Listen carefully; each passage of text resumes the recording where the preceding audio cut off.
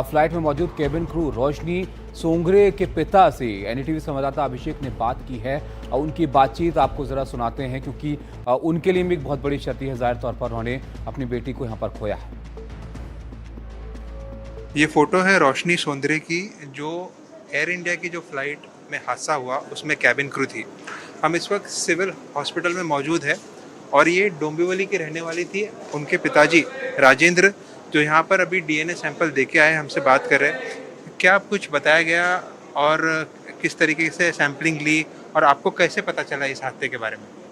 दोपहर को मालूम पड़ा जब दुर्घटना घटी। उस टाइम हम लोग घर में थे। पता चलने के बाद हम लोग बोले चलो देखते हैं किसका क्या है। उसमें देखा तो मेरे लड़के का नाम। हाँ, हम लोग वहाँ से निकले और आ गए। बोला चलो फ्लाइट 7 बजे का फ्लाइट पकड़ा, डायरेक्ट इधर आए। आखिरी बार कब बात हुई थी? क्योंकि एयर इंडिया में एयर होस्टेस थे, कैबिन क्रू थे, आना जाना। 11 तारीख को निकली, तभी मेरे से बात हुई उसकी।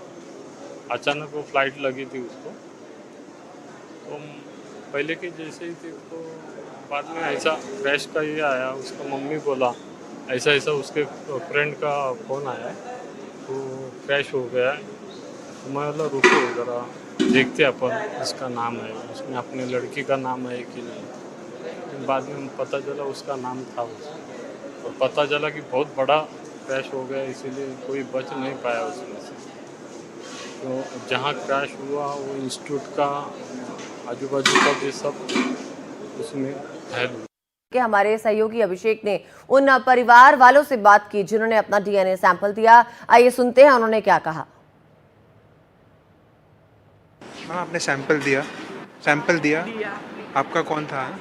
मेरा फादर था, वो जो एयर इंडिया वाला ने ख़त्म कर दिया मेरा परिवार, मेरा प्यार ख़त्म कर दिया। और बोलते हैं 1 करोड़ देंगे, 2 करोड़ दूंगी, मेरा पापा मुझे चाहिए, मेरा प्यार चाहिए। आपके फादर थे और कोई? मेरी मदर भी थी वहाँ। सब परिवार ख़त्म हो गया मेरा। और 1 करोड़ 2 करोड़ के क्या करूँगी मैं? पैसों से क्या मिलता है? पैसा से हम पलंग खरीद सकते हैं, खिलौना खरीद सकते हैं, मगर सच्चा आनंद कब मिलेगा? सच्चा प्यार कहाँ मिलेगा? लेकिन क्या बता रहे हैं, कब तक पता चल पाएगा? कुछ पता? 3 दिन के बाद। तो ये परिवारों की पीड़ा है अदिति, जिसको बता पाना, बयां कर पाना भी मुश्किल है कि क्या इन पर बीत रही होगी जिन्होंने पल भर में यहाँ पर अपनों को खो दिया है। लेकिन लगातार अपडेट यहाँ पर आ रहे हैं इस हादसे के बाद से। अहमदाबाद हादसे पर एक और खबर आपको देते हैं हम। अहमदाबाद ब्रिटिश उच्चायोग के अधिकारी भी पहुंचे हैं और देर रात घटनास्थल का उन्होंने दौरा किया। विमान हादसे में 53 ब्रिटिश नागरिकों की मौत हुई है। तो ऐसे में जो ब्रिटिश अधिकारी हैं वो भी अब इस मामले को यहाँ पर देख रहे हैं और ब्रिटिश उच्चायोग के अधिकारी देर रात यहाँ पर पहुंचे जहाँ पर यह हादसा हुआ था। जो विमान है वो दुर्घटनाग्रस्त हुआ था और इस घटनास्थल का उन्होंने दौरा किया है। तो अब इस हादसे की जांच भी की जाएगी और तमाम एंगल्स यहाँ पर देखे जाएंगे, तमाम पहलुओं को यहाँ पर परखा जाएगा। क्या वजह रही कि आखिर क्यों यह हादसा यहाँ पर हुआ। जी, और हमारे संवाददाता राधिका ने लेस्टर में चेतन भाई से बात की। चेतन भाई के मकान में आदित्य और विभूति नाम के 2 किराएदार रहते थे, जिनकी हाल ही में सगाई हुई थी और दोनों शादी के लिए लंदन लौट रहे थे। सुनिए क्या कहा।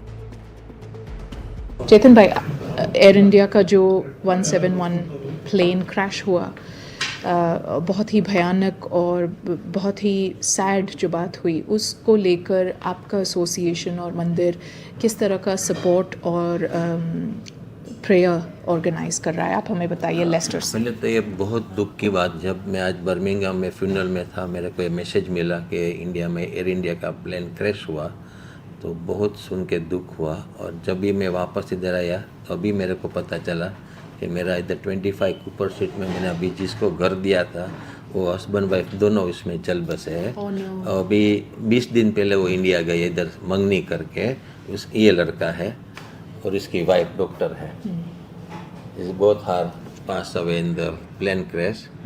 सो अभी मैं वहाँ से आया उसके घर से कजिन को मिल के, तो उसने बोला हाँ ये लड़का है, हाँ ये उसका नाम है हार्दिक और उसकी वाइफ का नाम है